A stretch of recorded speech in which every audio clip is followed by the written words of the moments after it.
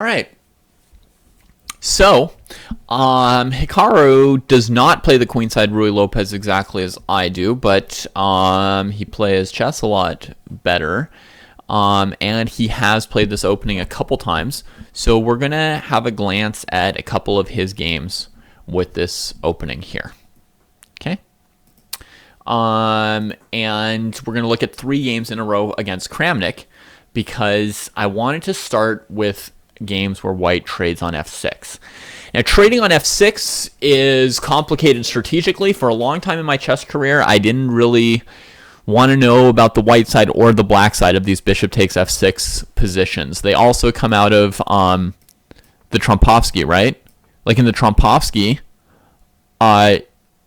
you can play d5 or g6. There's 2 different lines at least out of the Trompovsky where white can just take on f6 right away. And I never knew if I liked this for white or for black, and I was like, ugh, messy, too complicated, not going to learn. Which is weird because normally I would like stuff that's messy and complicated. I don't know. Anyway. That said, I think one of the important things to do to start understanding this position is understand like how good or bad is it to take on f6. Just like in the Ruy Lopez, white doesn't normally take on c6. But in order to improve our understanding of the Ruy Lopez, we had to understand what is the relation of the bishop opposing the knight and when can you take and when, how good or equal or not good might it be. So we're going to start that way also with this queenside version of the Ruy Lopez. So here we've got c6 from Kramnik. You can also get bishop takes f6 against either bishop f5 or against g6 variations right here. Okay, the variation where you won't see bishop takes f6 is knight to d7. Then bishop f6, knight f6 is no good. Just straight up no good. Just like in the Ruy, against knight g to e7 on move 3, you'll never see white play an exchange Ruy, right? So if you for some reason don't like this kind of trade and you're confused by it, you could take up knight g7 against the Ruy because white will not take on c6 there. All right. So bishop g5, c6. And notice he doesn't take right away. He plays this like column e3 move. So normally in this opening, you would see white trying to play e4. The move c6 is not the strongest move for black to prevent e4. So you would think that after c6, white would be encouraged to try and play e4. And so the moves that come to mind for me are f3, queen d3, and queen d2. Okay? Of those moves, I have my preference, which we'll get to at some point. But for now, you understand why all these moves might be nice moves for white. Okay, so Hikaru plays this really simple-looking e3. But I always used to think it was an ugly-looking e3.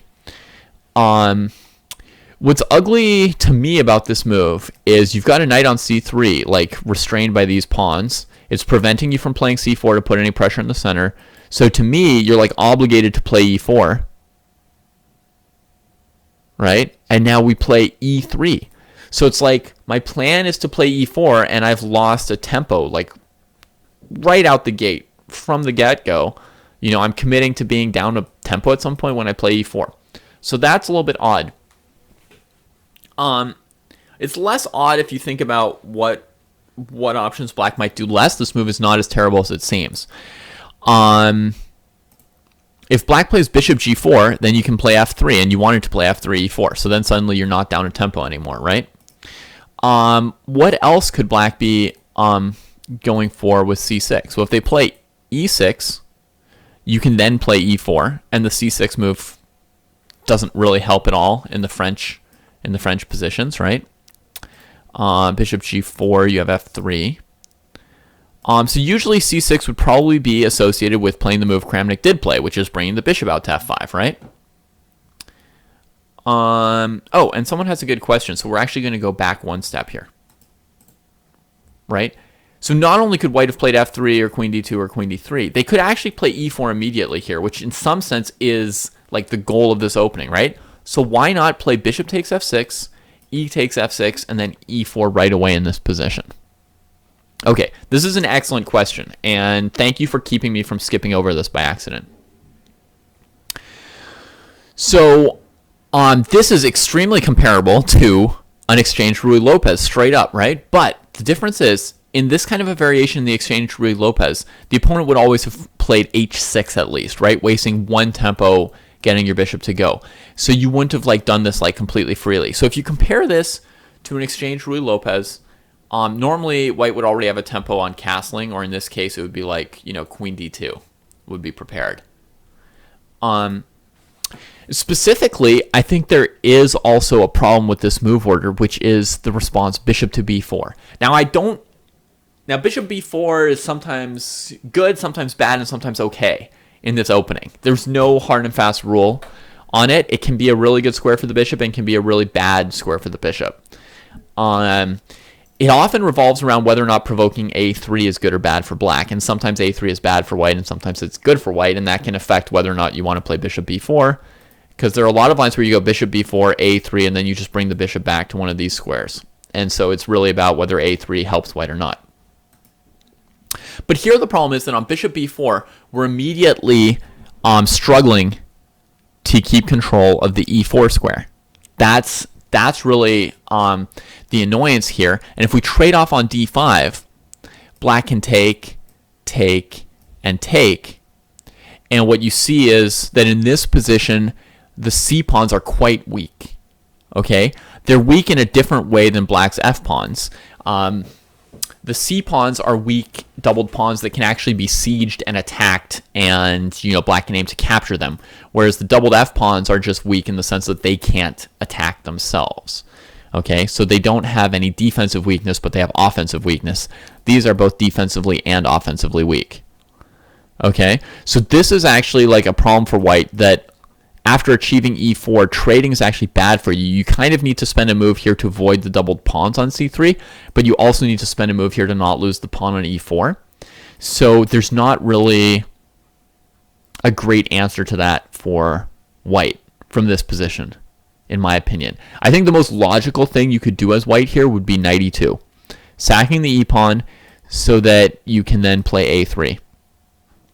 And if black retreats the bishop and lets you take on e4, then you've achieved the standard kind of exchange Ruy-Lopez structure, right? And we can discuss how good or bad this exact version is, but it's at least within the realm of playable. Nothing terrible has happened to white. You haven't lost tons of time, right? You're not obviously way behind. But the other thing black can do is they can take, and play f5. And now you have to prove that you have compensation in the Deemer style position here, right? Right, I mean, you're not going to get this back, so you're going to play f3 at some point. Let's just say, for argument's sake, that you play f3 here, and that black didn't have anything better than taking on f3, although I bet they can castle, and it gets bad for you, takes, knight e4, rook e8. But let's say they had to go here and here. Then we could evaluate this kind of a position here. Again, you have to look into queen d4, which could kill this variation. But if you could get this kind of position, you could evaluate this compared to other black Redeemers. The big feature is that this pawn would normally be on e6, and there'd be a knight and a bishop on g5. Well, it turns out that probably improves black's chances, right? Because basically he's shielded from pressure on the e and f files by the fact that he now can go to the e file, and the fact that he's got this extra pawn on the f file, which is pretty solid. So I would guess that this is not the most amazing Deemer. That said, white has some chances with bishop c4. They've got control over d5. They could play it. They're only down a doubled pawn. It's not the end of the world. I think what really kills this variation probably is the move I alluded to, castles. Because you're struggling to like pick where you castle your king, and you're fighting for e4 on an open e file. So I don't see how you can make this work out. This is like a clear losing move to rook to e8, right? And then you play something like bishop d3, f5, and resign. And if you can't take it, you're really struggling, because black will be prepared to play rook e8 and then maybe e3. And if you take once, and then not the second time, and they follow up like this, it's obvious that black's extra pawn is super valuable. So I think I think even the most most logical attempt of knight e2 to get something out of things. I think if black takes you up on the offer of the pawn and plays aggressively from here, they can really punish white. Okay, and all of this would be plausible if black had spent a tempo on h6, making you take on f6. Okay, but when you go ahead and take on your own like this, you're giving up some serious tempo. And so this is an example where the bishop b4 move is very strong in this opening. Okay, I was happy to do a long detour answering that question because actually that was something that I wanted to talk about. All right, so back to the game. So e3 is played, and the other moves that I would suggest, e3, queen d2, queen d3, are all playable moves. I don't like a move like knight f3, which makes it really hard for you to ever threaten e4 and makes it easy for this bishop to hang out on f5 or g4 as it pleases. So e3 is played. Kramnik plays bishop f5, and now Hikaru chooses to trade on f6 and go bishop d3. And this is something which I had really underestimated about playing e3 in the Qside Ruy Lopez for a long time.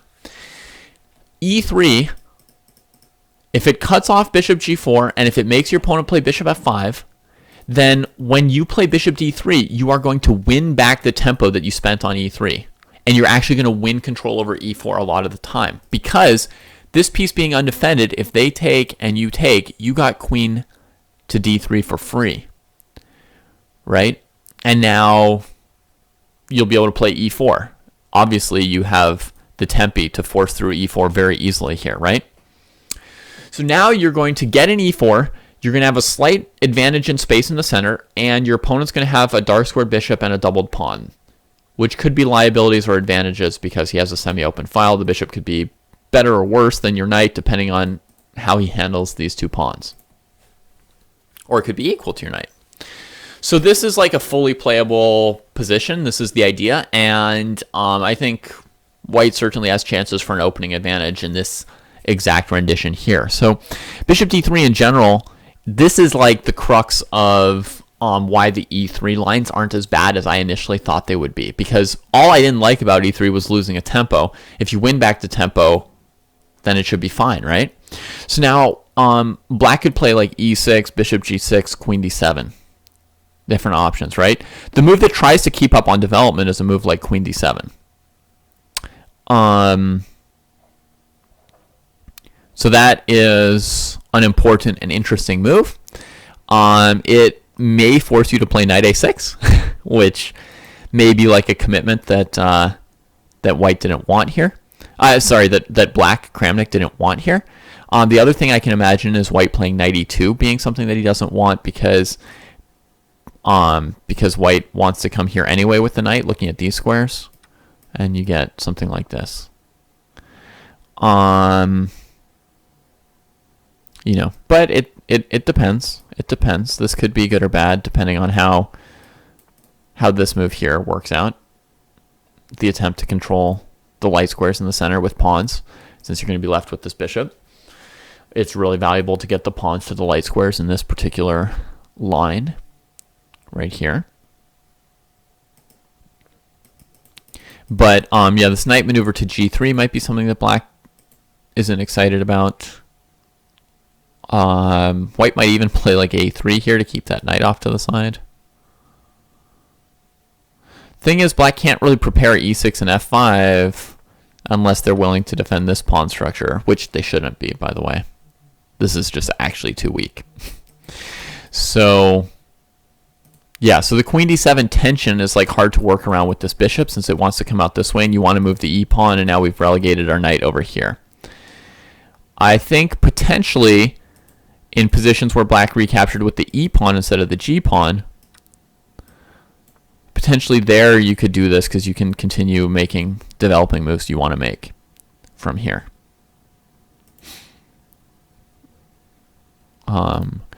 And by the way, black can take E or G, and they both just lead to different positions. Both are plausible. So Kramnik gives back the tempo that Hikaru spent on E3. If Hikaru plays E4 at some point, tempi will still be equal, and just tugs his bishop on G6. Now Hikaru feels the need to do something about this. And so he plays H4, like I did in that blitz game that you guys saw a couple minutes ago. Right? That's the idea linking. That's the idea linking the openings we play in the blitz games with the material we study. So H4 idea, E6, and now you would expect H5, which he doesn't play. By playing E6, what Kramnik has prepared is that on H5 he can trade, and play F5 right away and cover it, preventing E4. So now you've got your pawn out here on H5, but Kramnik doesn't really care because he controlled the central light squares that he really cares about, and he's got space for this bishop. So now it'll get into something where white will castle queenside and play F3 and E4. It's kind of playable. This approach is harder to play with a G pawn because of H takes G6. Right? So if he had played an E takes F6 variation, it would be harder. And I think my game was an E takes F6 variation, which is why this H4 move was stronger than my opponent played Queen B6, which is a mistake, right? But the point is that here you can't play like a preparatory E6. So if you do something like Bishop D6, continuing development, in this position you can't play F5 and you can't control E4. So compared to the way Kramnik's playing with the E-pawn, this is less satisfactory for black as they're weak on F5 and white can play E4 at will in this position, okay? So H4 is stronger in my game with E takes F6 than it is in this game for Hikaru because he plays H4, black plays a normal developing move, and now he doesn't play H5. And that's a sign that this was actually the wrong move here, pretty much. I mean, it's not like a blight on white's position. It's a semi-useful move. You know, he can castle queenside, and you know, this position is not terrible for him. It's just playable for black, right? And he can castle queenside. I mean, I don't think black's any worse. I think, you know, white's given up any opening advantage. If I had to choose which side to play, I don't even know which side I'd choose. But you know, let's say for argument's sake that it's about equal, you know, that would still say that, you know, he's kind of refuted the early bishop takes F6 followed by H4, that it just hasn't given white anything really here. And so knight E2 is played instead. Here the idea could be like knight F4, trying to get the bishop pair, and then queen D3. But bishop D6 would deal with that, and Kramnik doesn't even deign to. He's just knight D7, whatever. G4. So now he's trying to control F5 in advance of playing H5. So, still Kramnik doesn't care. So that's interesting, right? That he's letting Hikaru do his whole plan, and he just absolutely doesn't care. So queen B2, rook B1, rook B7, apparently not to Kramnik's taste in this position. I would say that the trade of pawns is about equal. Now neither side feels comfortable castling queenside. Neither of them felt super happy castling kingside either, so that kind of affects each of them. I would say the main factor that might swing this slightly in white's favor is that the white rook gets active when black does this trade. So I would think it perhaps slightly favors white, and so Kramnik doesn't go for it. It might also be just that he thought what he was doing was good. There's a question of why white doesn't just play G4 without knight E2 here to do the same thing. I mean, the basic point is it'll come out tempo-wise to be kind of similar, right? You could still get something like this and basically transpose to the game. White has prevented black from playing F5. So Hikaru has been successful in doing that. But he spent like all these tempo on these kingside pawn moves, all just to restrain F5. Black still has ample space for his pieces, and Kramnik's going to use the C5 plan. So probably black plays knight D7 like in the game, and you know, you castle or play knight E2, but black does the same C5 plan that we'll see in the game. So it'll be very similar, not particularly different. So as I alluded to, Kramnik's plan is C5, and now And now Hikaru decides to kind of bail out into a worse endgame with queen b5. He can castle here and defend this, but if he does, he also needs to reckon with the possibility of c4, and then queen d2 and queen a6. So you counter in the center, and you just have to figure out what happens here.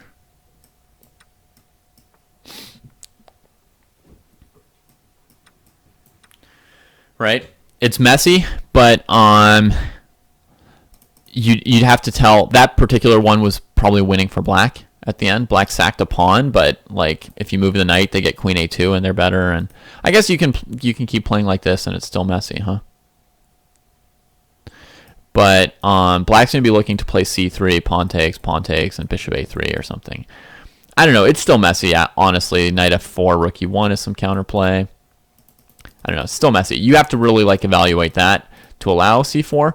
Also, he could potentially try playing with his king in the center and just play rook c8 and play on the c file with cd and bishop f4 and stuff. But since he doesn't have knight b6, c4, I think what white might have been worried about was c4. I would guess that the position is not good for white here. I'll say that. I mean, black could even castle, play king b8, and then rook c8 and play it very calmly that way. Since black has already played c5, putting pressure on d4, it gets harder to play a really impactful e4 for white. Yeah, so by the time white forced this bishop trade, he'd prevented f5, but he didn't have time to play e4 before black played c5 because black's developed all of this while he was pushing kingside pawns. And in general in this line, once black has played c5, e4 loses a lot of its oomph. If you've played e4 first, then on c5 usually you can do something to d5. This is a major factor which I'm about to gloss over in 5 seconds, but which we will come back to, so don't worry if you don't fully understand the c5 e4 priority question. But once you've played e4, if they play c5, you sometimes have something on d5 because you already have pressure there. If they take on e4, you can often take in such a way that c5 is no longer good, or so you can pass c5 by with d5. So like if I give white an extra move here, a6, and play e4 for white, okay, and see how this changes it. Takes, let's say queen takes. I mean, knight takes might also be playable, but queen takes. Now if black ever plays c5, this d5 move becomes an option, right? And, okay, let's get the king off of the e-file, king off of the e-file, and now try out this position. After d5, black is likely to end up with some light square weaknesses in the center now, right? And white has a good chance of showing his knight to be stronger than the bishop now when it can get a good square, and to actually show some weakness on these pawns once he's traded off this pawn that's sort of like helping to defend squares around them. So that's an option which you don't have if black still has a pawn on d5. So that's an example of white getting priority with e4 first and how much that could change the position. So you see the position could hinge on a single tempo here. I mean, if white plays e4 in this position, maybe it's bad for black to take or play c5, and maybe we just see this position. And maybe this position is a nice advantage for white. I mean, he's got some good space with his pawns on light squares, and he's got a nice center here, right? So this could be like an advantage for white. It could just be that one tempo that decides it. Which is what I would suspect. That's why I think so much about like e3. Ooh, is that too bad? Oh, I see. He's got this idea of bishop d3 regaining a tempo, right? And then the question h4. If you can force h5, bishop d3, queen d3, e4, you can win your tempi back. So you can end up not losing tempi with a move like h4, depending what you force black to do. How many times does he move his bishop? But in this case, white struggled to control f5. So that here, black couldn't just play f5, means that black actually has time to play c5, and now it's again too late for e4. So Hikaru played queen b5, and Kramnik won't give him anything, right? Even though trading is good for black, he's like, you trade, you improve my piece, right? I'm not going to trade and improve your piece and help you play c3, because the knight on c3 is flat out bad by now, guys. All right? At this point, the knight on c3 is just bad. I hope that's clear. We're not playing e4, The knight's controlled by this pawn, and black can open the c-file when the knight is just keeping us from playing c3. And it can get awkward and stuck here. So Hikaru's just groveling at this point, right? When he trades like this, improving the knight. And this pawn could be on g7. You'd have a classic exchange queen's gambit structure instead of exchange Ruy. The difference in the pawn isn't mattering much because black's play is all on this side. The weakness of this pair of doubled pawns in this position is an offensive weakness, not a defensive weakness. The pawns are not about to get attacked and hurt. They just can't be deployed to increase black's advantage. That's okay because black can do plenty on the c-file to increase their advantage. And I'm just going to click through the rest of the game for you to show you what it looks like without extreme commentary, but this is very advantageous for black, and Kramnik uses good technique, right? He's just emphasizing this and this. White found a way to retreat the knight, so he'd have the option of c3, but black will still have b4 to keep pressure on that file. And gaining more space on the queen side, keeping the king side closed because that's not where black's going to win.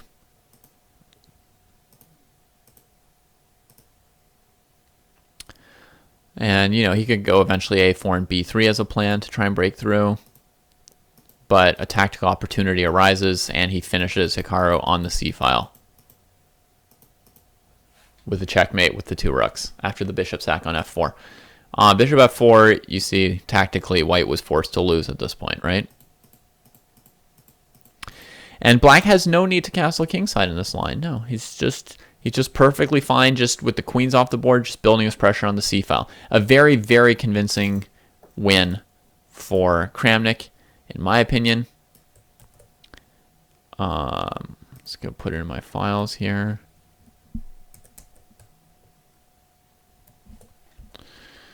Okay, now let's copy another one.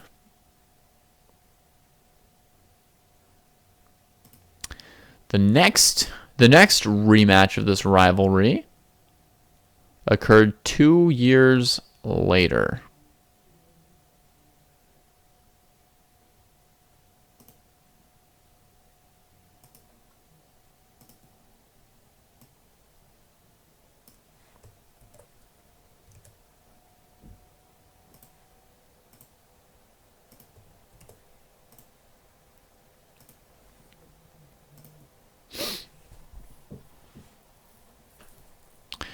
All right.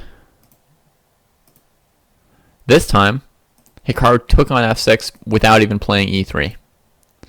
Again, Kramnik took back with the g-pawn.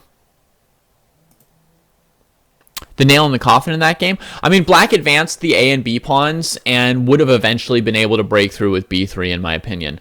But then he saw this tactical opportunity after knight e3 to trade knights and play bishop f4, so he just won with that without ever playing b3.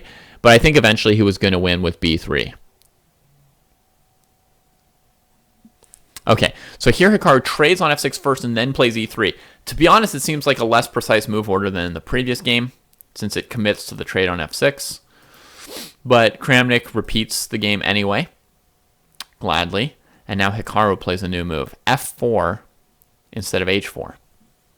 Okay, again, he's trying to make some hay out of this bishop on g6.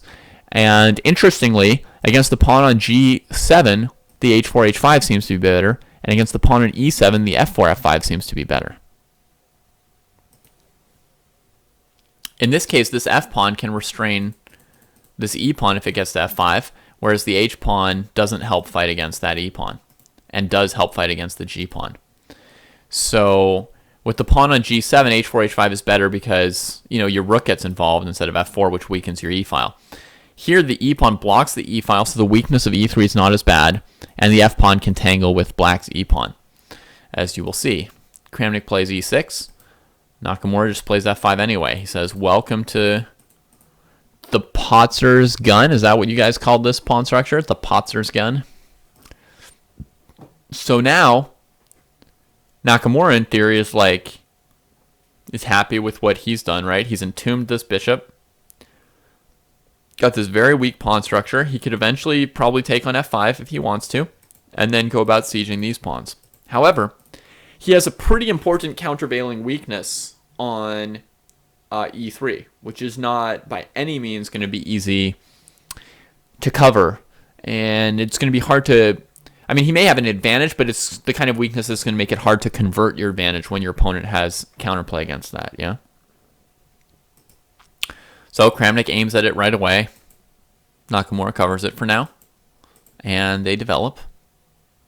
And here he extracts a concession out of Kramnik. He says, before I take on f5, why don't you give up your good bishop that's attacking e3, because I want to play h5. Now, I also wonder if he couldn't castle first. With the idea being that if black castles, you want to play h4, threatening h5, and get them to take here and take this way instead, right? So now you don't have the f-file open to attack his pawns. You're going to have to do this all with piece maneuvering. But you don't have the weakness on e3, and you can play rook e1. I imagine black would play h5, and maybe they've got enough pressure against the g-file to keep this all... Oh, shoot. I definitely didn't say Potzer's gun on air. I don't owe you royalties. I didn't say it. So there will maybe be enough countervailing pressure on the g-file for black to keep this one together when white eventually wins this pawn. So maybe that's why Hikaru just hurried along with h4, not getting too fancy, just to play queen f4, h5, castle, castle. And here we go. What do you guys think of this position?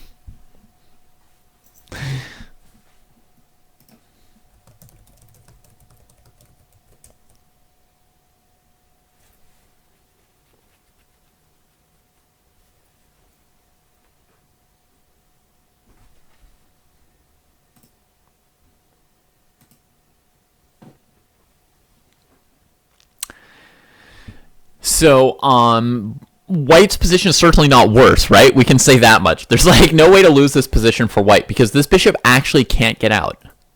You guys see that? It actually, like, it has no way. I can move my mouse around as much as I want. It can't get out. So there's no way white's worse. This opening so far to me looks pretty successful for Hikaru, wouldn't you guys say? You would assume you were winning if you had this as white, yeah. So there's two completely different ways to try and play this as white.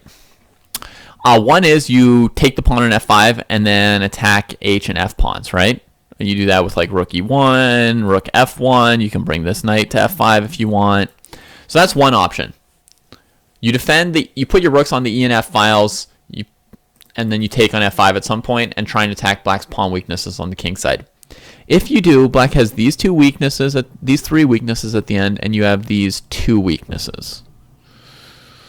So you might be able to claim a small edge, but it looks tricky to push black over the edge and beat them. The other plan for winning this position would be you leave this thing over here and you play c4. Now that would be my instinct for how to play this. But Hikaru chooses the other plan, the positional plan. Sorry, they're both positional plans. Hikaru chooses the technical plan, the like try and grind it out plan. Whereas me, I would want to try and like highlight this bishop by just playing on this side of the board and leaving him here forever. It does mean I have to leave a piece on f4, but I'm okay doing that. My knight or my queen are great on this square and can still affect the queen side. So I'd be inclined to look at something like, knight e2 playing c4, which he didn't do. If black attacks here, I have to be sure that I've got that covered. And now I'm trying to play for c4. That's my instinct. I haven't analyzed this at length, but this is like what I would look towards. Maybe black can like break out of the blockade with knight e6. Maybe what I want to do is not actually achievable, like c4, knight e6.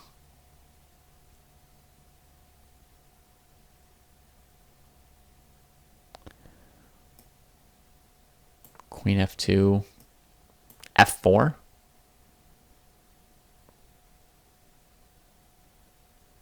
Right? Maybe white can never get what they actually wanted.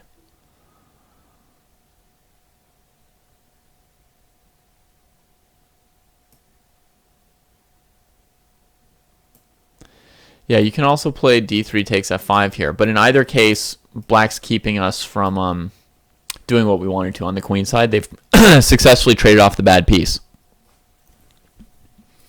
So this knight e6 plan is probably a pretty good defense against it, right? And this position where I played f4, do you guys see the black's coming out acceptably-ish?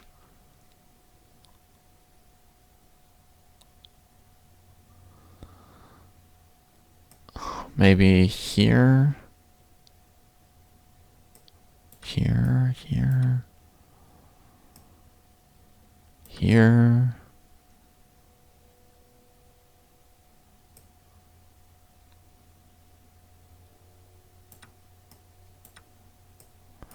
I mean, this really depends on tactics, this line here, which is very complex. Here, queen c7 loses to rook c3. That's critical. Otherwise, you guys might think I was blundering.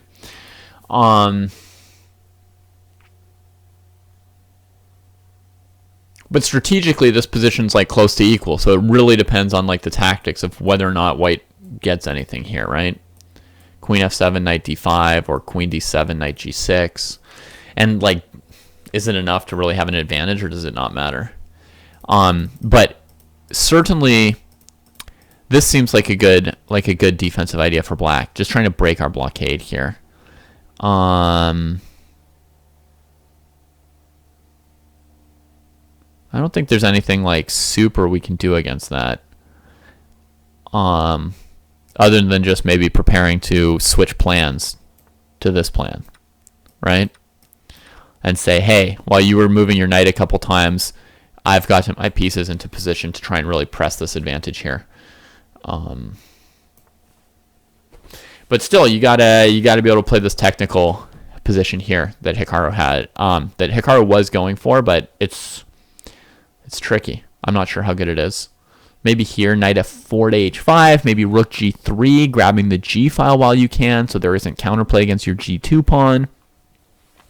An intricate position, but we're going to have to move along and look at the actual game where he plays something, where he just plays straight to the king side here, like this, right? Most straightforward way to play. I do think the knight on c3 is bad, so actually, I do feel like it makes sense to be moving that knight, but anyway, we get this. Just like I was thinking, that's how he defends the f file. This is Nakamura against Kramnik.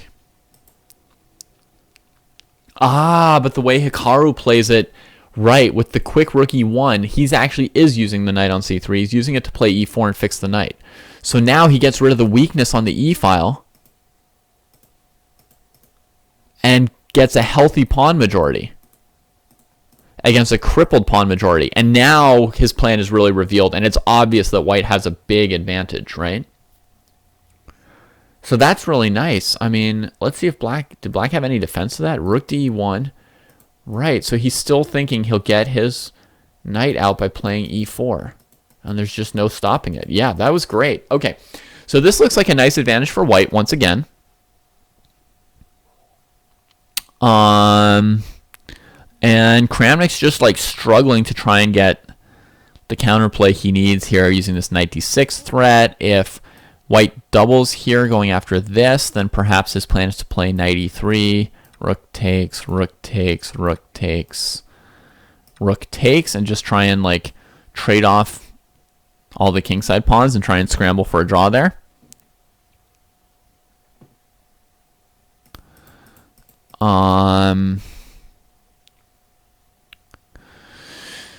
If you play d5 here, then knight d6 probably works. So white does have to do something with these rooks. This move is annoying, and the move I would want to play doesn't seem to be good. All right, so Hikaru plays rook f2. Okay, f5. Ooh, Kramnik's fighting back. He's not letting Naka get settled and start slowly grinding him. What Naka wants to do is play like b3, knight d6, this rook to f4. Then black has to play like f5, right? But then everything's set. The pawns can't move, the knight can't move, and Hikaru plays like knight d1 and c4 and brings his king up to c3 and knight e3 and sieges. So so Kramnik just doesn't want to give him time to get set up. Here f5 if rook f5, knight d6. Why doesn't he go to f4? I'm sure there's a reason.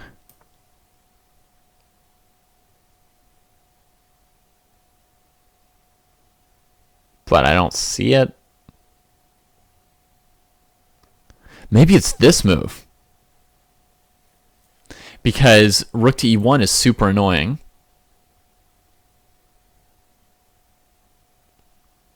Right? And king d1, there's knight b2 check.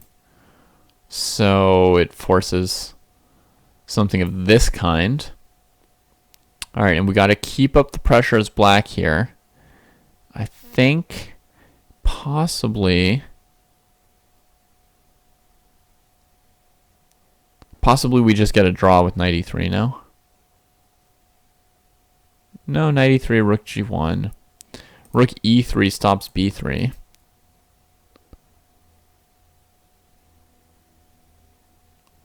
Maybe here, here, here, here. And then knight b2. Maybe something like this is how he gets enough counterplay. So anyway, let me back up for 1 second to make sure you understand that. Rook e3 is to prevent b3. Now white doesn't really have moves to improve their position other than going for taking this at some point, right? This rook has to stop rook e1. If you do nothing, black could even play rook e8 next, threatening rook e1. Right, and b3, rook takes c3, takes c4, rook takes c4, and then black takes all this. So it kind of forces him into this, and now rook d4 here, and then this is my key tactical shot, or my key tactical blunder, depending on whether or not it works, but my point was here, check, here, and here. And we recover this, and with these active black rooks, there's just a bunch of pawns getting captured, and it's a draw. So, I mean, this is like super aggressive defense in this bad endgame, right? So I think that's what he would do, and I think that's why Naka plays rook e1, staying on the e file. But now Kramnik gets to trade off some pawns. And we can see that this is a comfortable draw for black now. Whew. Well, that was like Naka put serious pressure on him in the rematch there. That was definitely really looked pretty good for white. Naka seemed to have a brilliant plan with taking on f5 and the quick e4 afterwards. I actually really liked that. It seemed like very clear. But then Kramnik just didn't let him like settle into it at all. I mean, just didn't give him a chance to do what he wanted to.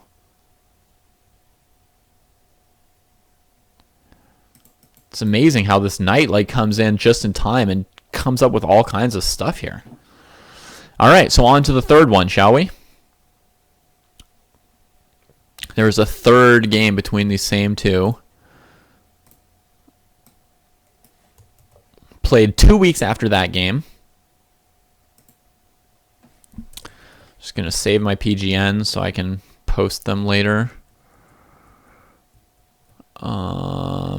Close this. Get back. And Nakamura, Kramnik. The next one. This one's even longer. This one they played 90 moves. Let's see who got the upper hand this time. Or 80 moves. Whatever. It's a lot of moves.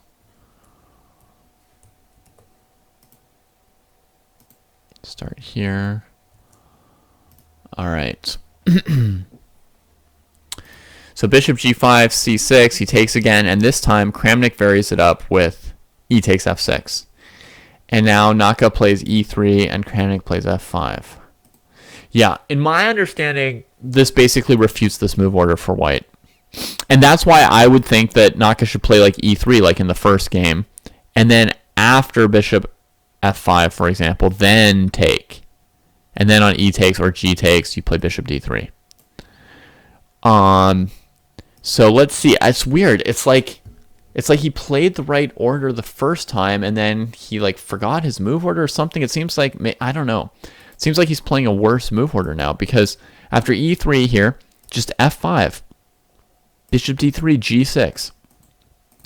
Black's pawn structure is like super hard to impeach. It totally kills these two pieces, gives black lots of time to set up with these pieces, right?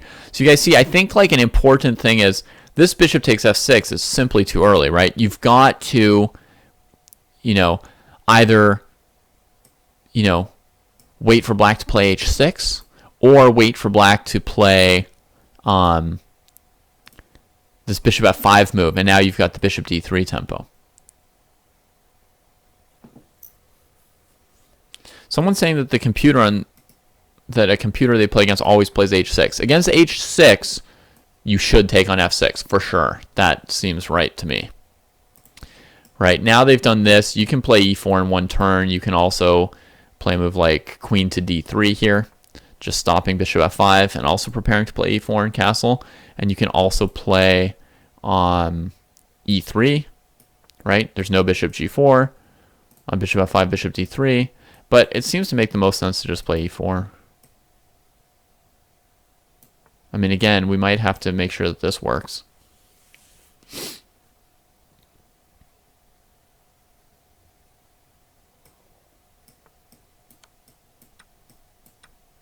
And I'm not totally sure that it does. Maybe queen e3 now.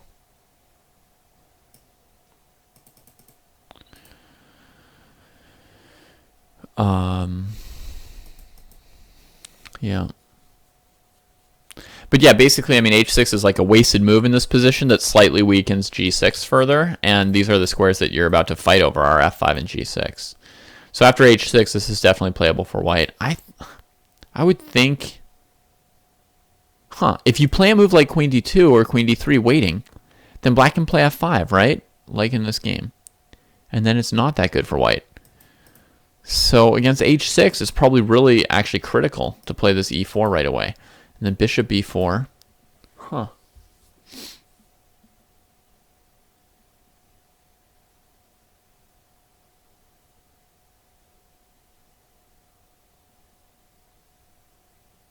Maybe you can just give up the doubled pawns and play it this way. So now we've got doubled pawns, black's got doubled pawns. Theirs are only offensively weak. Ours are potentially defensively weak as well, but really only not the easiest for black to attack since the c-file's blocked. And if they play c5 and trade, then there aren't doubled c-pawns anymore. Yeah, the problem with e3, queen f3 stuff is that e3 in this line gives black time to play f5. That's my concern. So, okay, so then you're playing queen f3 here. This is what you were going for, right? You're trying to attack this structure from black right away.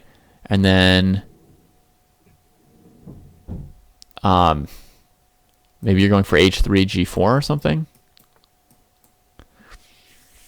Trying to not let black totally control this thing before the knight gets to f6. That might be doable. I'm concerned that basically black can put these three pawns on the light squares and control this thing, right? And h4 they'll play h5 against, and I don't see how you can really make inroads here. Maybe if you could play c4 in one move, it would be kind of annoying because the knight's not yet on f6, but I don't really see how to do it here. So, I mean, this is a plan. You're not wrong to suggest this as a plausible plan. Certainly it can be done. But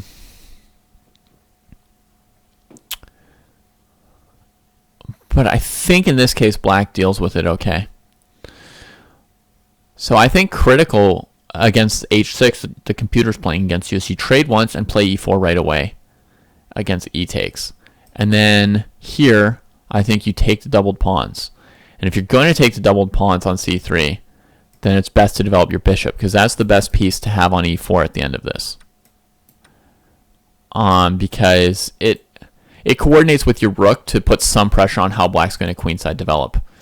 Now if queen e7, queen e2, and then they can't castle because of bishop h7 check. So let's just assume like a simple move from black, knight e2 because rook e8 is coming before you're ready for it. And now you could play bishop f3, but maybe queen d3 is preferable. We should consider this. And now, now maybe black plays with c5 or something, but he does have something to deal with here, right? You castle quickly, and you've got this pawn giving you some extra influence in the center. If they play c5 and trade, you get a passed pawn, and you can play c4 as well. It's not obvious how black should equalize this position, actually. So I think this is how you take advantage of h6. My guess would be that white has the advantage here. But there might be some precise sequence of moves that gives black equality, like f5, bishop f5, queen d5, right? Or f5, bishop f5, bishop f5, queen f5, queen e7. Queen back to f3, and then just developing, and maybe white can't castle fast enough because of e2. I don't know. There might be a thing for black here. I mean, f5, you might also just play bishop f3 for white and castle and not care. Why take that pawn? Yeah, that's insane. So anyway, I haven't calculated everything. There may be something for black, but my instincts are saying that this is the right approach for white and could give a small advantage. Okay? All right. So back to Nakamura-Kramnik. Kramnik now gets in this f5 thing, so we see that for the first time. Hikaru develops just to normal squares.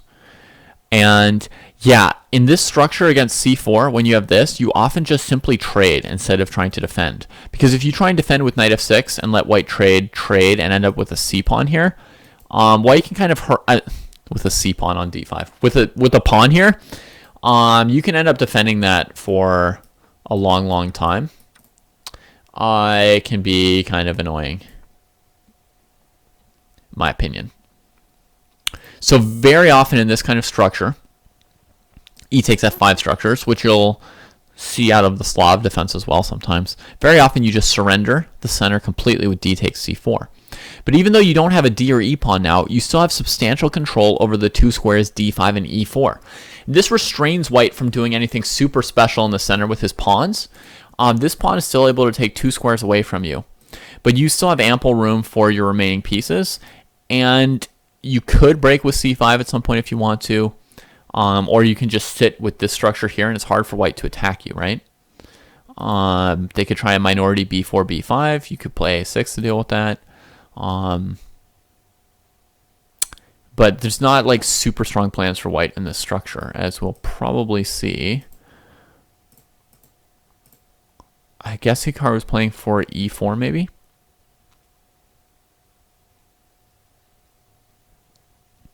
But basically black has the bishop pair, and after e4, you trade this and you play like a normal IQP position where you've traded off the bishop pair. Not super impressive.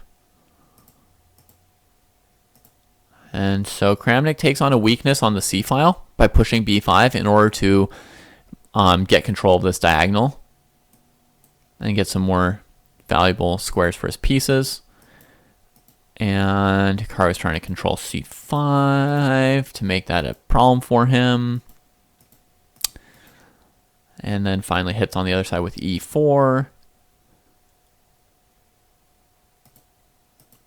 Seems very, very solid. Whoa. Yeah, I mean, Hikaru did a good job of trying to come up with a few different plans and put some pressure on black, but Kramnik's always having the answer so far this game and keeping equality. They basically each have one clear weakness here, which should approximately cancel out. Fairly equal pieces. You could take queen c5. I'm guessing black can play bishop d5 then. With the idea he wants to transfer this rook here and just trade the c-pawn for the d-pawn and just make it clear that it's equal. So dc5 takes here. Right, so Hikaru maybe didn't calculate bishop a2 totally, but basically it's pretty good.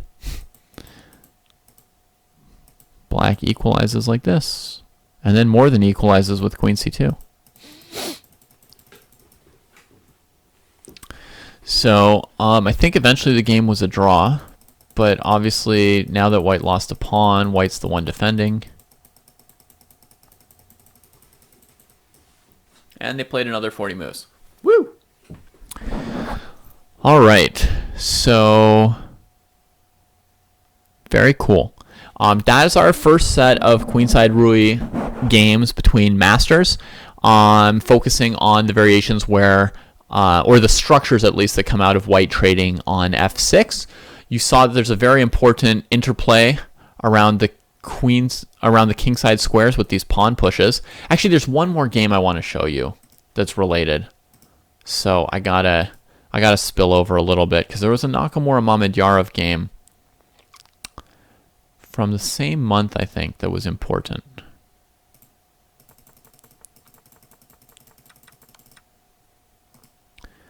Here, is this it? Yeah. All right. We're going to grab one more. Sorry. It's very short. It's only 20 moves. So it's not going to take us forever.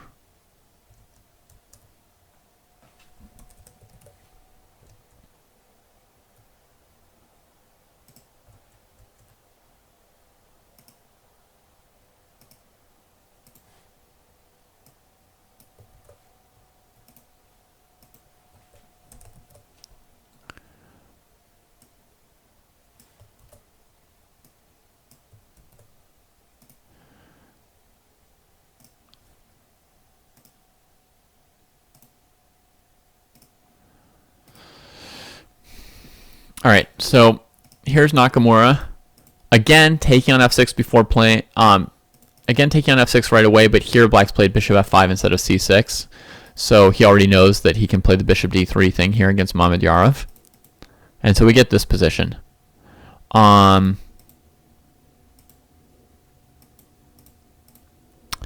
black plays g6. Now, in theory here, you would expect e4 from white, right? According to everything I've told you so far, that would be the expected move. And that's what I've played in this position before, is e4. You could also, at this point, perhaps imagine another possible move of g4. This might also pop into your mind based on what you've seen up till now. From these games, this kind of a move to control the g5 and f5 squares and like choose your moment for playing e4 a little bit more later. But mainly I would expect e4 is the main move here. But Hikaru plays knight e2 and allows f5. And this game, I remember, he manages to strike. And he plays h3 and h5 and now f3. So with h3, he's threatening that, like, if you play bishop d6, he plays g4. Uh-oh, f5 is awkward, right? And if you take, well, this is like a super nice thing for white to have in the position at this point, right? This like potential pressure on the h file seems pretty nice. So that could be awkward. So h3, black plays the logical response h5, just restraining g4. Why not? It's where you kind of want your pawn anyway. And now Hikaru plays f3. So now he's looking to break with either g4 or e4. Because of the tempi and the move order, you can see that black can't stop these moves, right? Or it doesn't look like black should be able to stop both moves. So Mamedyarov goes about doing some development. Hikaru plays e4. G4 wasn't yet good because the rook's hanging. If you really want to play g4, though, you could castle. Then Mamedyarov has time to potentially put the knight here to try and stop it, and you can see whether or not this position is any good for white after this sequence of moves. Right? So now maybe takes, and e4, there's knight f2. And there's probably not enough going on tactically for white to justify this. He doesn't have enough pieces yet to really punish black for it. And if you play like rook f1, then maybe f5, and maybe you don't get through in time. So there may be some other options for white, but this looks like potentially the reason that Hikaru didn't go for the g4 plan. As well as maybe e4 being pretty good here, right? So e4, he trades off black's doubled pawn. But black also doesn't have the bishop pair, and white has the slight central preponderance versus the single bishop, which I tend to find to still be better than the knight, though it depends a lot on position. So now you get this position here. This is actually very, very similar to a pawn structure I often get out of the King's Gambit instead of out of the Ruy Lopez. In the modern variations of the King's Gambit when black plays d5. So anyway, so we get here. Mamedyarov might prefer to have his bishop on g7, but he can't allow knight d6 check right out of the gate. Potentially, he should maybe castle queenside. Might be like the major alternative to how he played the game, because I don't see anything immediately terrible about castling queenside. I think white will actually still castle kingside. That's why Mamedyarov threw in queen a5, was so his queen's on a2 to try and force Hikaru to the kingside. But anyway, he plays bishop e7. And now Hikaru castles kingside because of the queen on a5. And f5 gets played. So here, again, perhaps he should just castle. And I'm guessing white would probably just improve this knight and then look to play like rook f3 and rook f1. These positions in general are like a tiny edge for white. If you ever play c5, white plays d5, so the center is unlikely to change. And white just has like a little bit more space, which means his knights are pretty good and this bishop's not killer. So personally, I would think like a slight edge for white probably. In this kind of position. So I can understand why Mamedyarov tries to fight with f5, but like me and most other masters, you know, he's like, I could castle at any point here. But suddenly it becomes too late when Hikaru plays knight f4, going for g6. I can understand he wanted to like send him home and then choose where to castle maybe, but knight f4. And suddenly, this is super annoying. Queen comes to e4.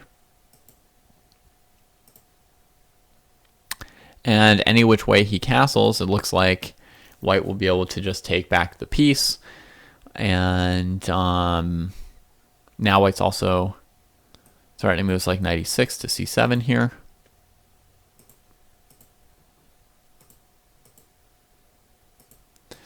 And Hikaru just took back his piece, and he's up a pawn, and after rook e7, Mamedyarov resigned. So here we actually see one example of white allowing f5 and then cracking it with e4. That said, I think white had a very, very minimal advantage in this game if black would just castle queenside here, or even castle on this next move instead of playing f5. I don't think Hikaru really had anything going till this mistake. I mean, I'm not saying he had nothing going, just not that much. I think he has like a perfectly nice position. You can play this way. But I don't know if you would prefer this to just playing e4 from the get-go here and leaving black with the doubled pawns. Right? My sense would be that e4 is a slightly better advantage than that variation with like f3, h3, and eventually e4. So those are our games for today, and now let's get back to Blitz.